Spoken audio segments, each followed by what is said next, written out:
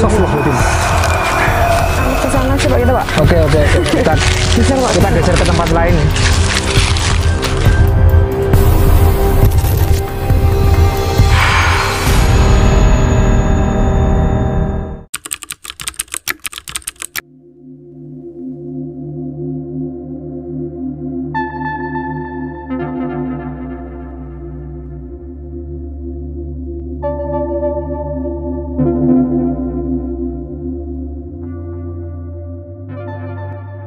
Hantu berdarah di kuburan massal PKI Gunung Klothok, Kediri.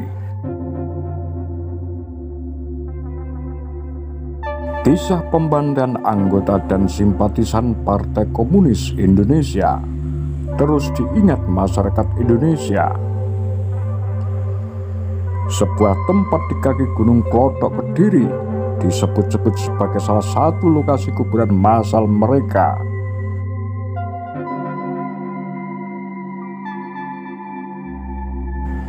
Warga sekitar menyebut kawasan tersebut angker.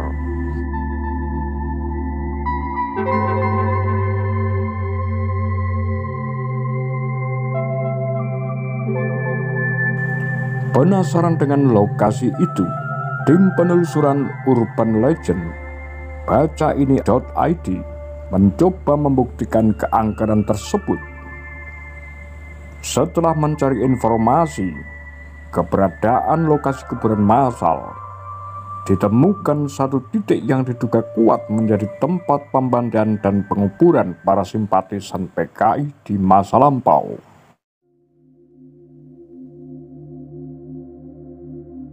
Setelah matahari benar-benar tenggelam, tim memulai penelusuran. Pelacakan dilakukan dengan menyusuri jalan setapak di area hutan Gunung Klothok yang gelap. Tempat ini benar-benar memiliki aura berbeda dengan lokasi yang pernah dikunjungi sebelumnya. Teror pertama langsung terasa saat tim menerobos portal jalan setapak. Suara lolongan anjing yang sebelumnya sepi tiba-tiba bersuara tanpa putus. Entah dari mana lokasi anjing itu sebelumnya.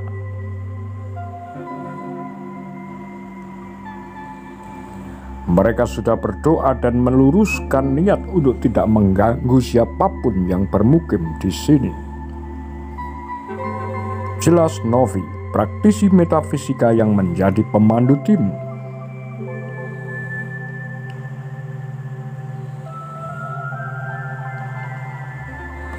Hanya bermodalkan lampu senter, tim menyusuri jalan setapak di kawasan hutan. Suara tumpukan daun kering yang terinjak menambah kengerian suasana hutan Klothok di malam hari. Ditambah lagi bunyi-bunyian binatang malam yang tak berhenti bersautan. Belum jauh perjalanan dimulai, Novi mulai merasakan aura negatif yang sangat kuat. Ketika menoleh ke arah barat, dia langsung menangkap penampakan pocong.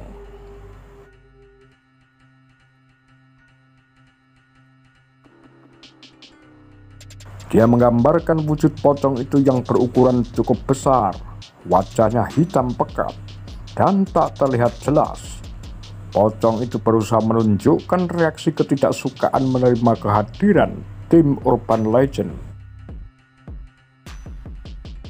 Setelah berkomunikasi sejenak, tim melanjutkan perjalanan ke dalam. Tak disangka, jumlah makhluk astral yang bermunculan semakin banyak. Mereka mengintip dari balik rimbunan pohon ke arah rombongan. Jumlahnya banyak sekali. Sejauh ini belum menunjukkan gejala mengganggu. Mereka hanya terkejut melihat mereka.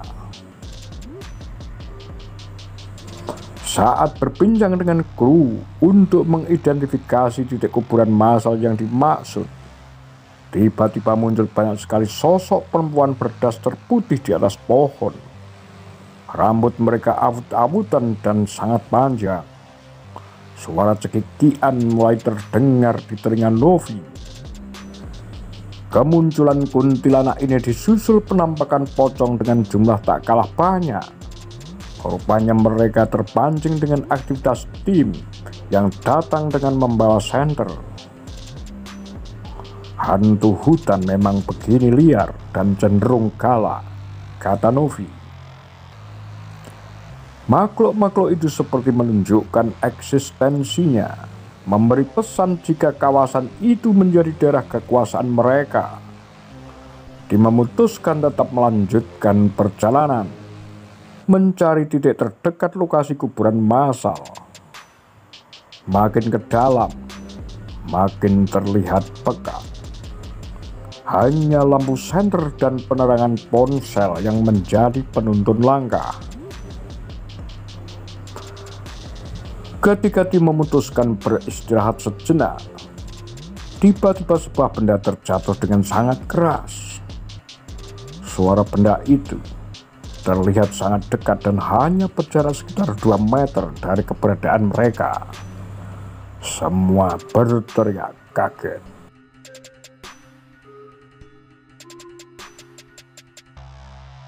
Anehnya, saat disorot cahaya senter, tak ada apapun yang tampak.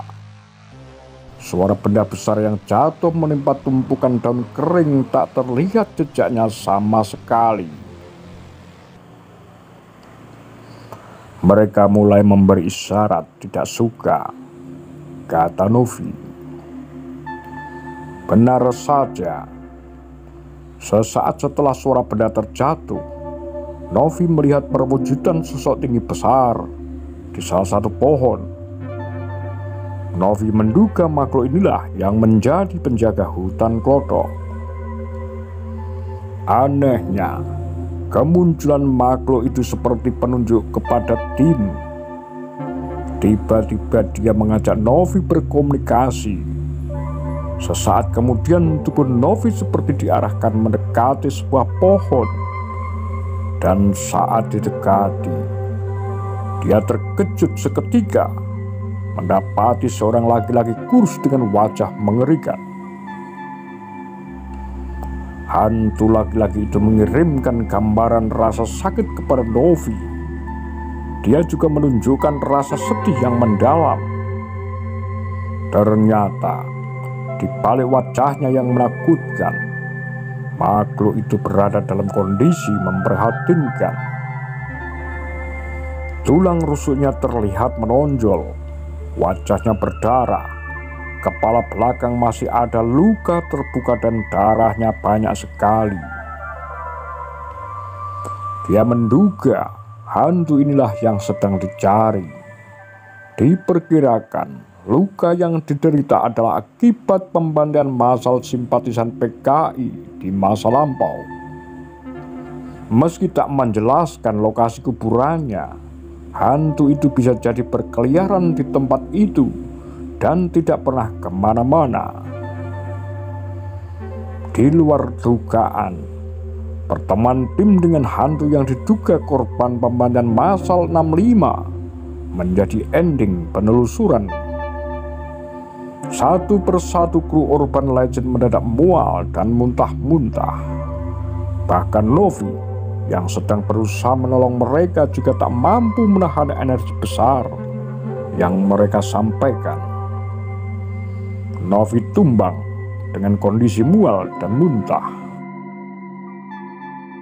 Untuk menjaga keselamatan bersama, penelusuran itu pun dihentikan.